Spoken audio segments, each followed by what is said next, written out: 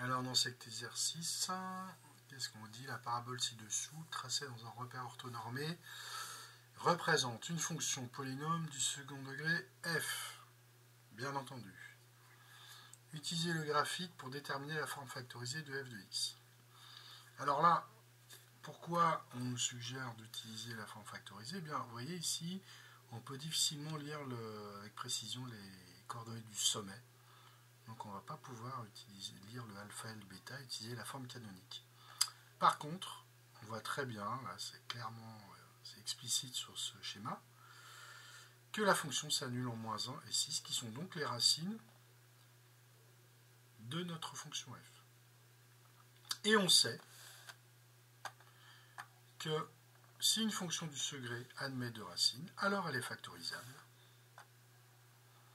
et que sa forme factorisée est f de x égale a facteur de x moins x1, facteur de x moins x2, avec x1 et x2, moins 1 et 6. Finalement, en remplaçant x1 et x2 par leur valeur, on obtient f de x égale a x plus 1, facteur de x moins 6.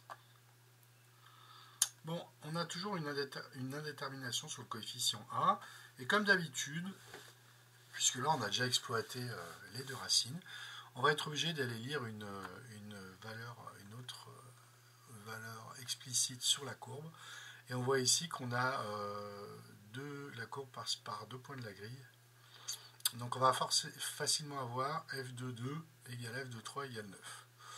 Donc on va choisir une de ces données pour lever l'indétermination sur a. Vous voyez, on lit f de 2 égale 9. Ce qu'on va faire, on a notre formule qui est temporaire pour l'instant, avec ce a qu'on ne connaît pas. On va calculer f de 2 avec cette formule. Donc f de 2 égale a fois facteur de 2 plus 1 facteur de 2 moins 6. J'ai tout simplement remplacé x par 2. Ça me fait donc a fois 3 fois moins 4. Assez mal écrit là. Moins 4. Ce qui me donne moins 12a. Donc d'un côté, j'ai f de 2 qui est égal à moins 12a.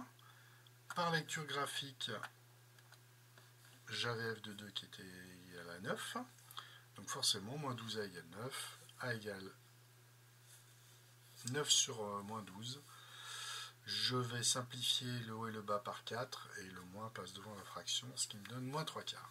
Donc finalement, j'obtiens f de x égale moins 3 quarts facteur de x plus 1, facteur de x moins 6.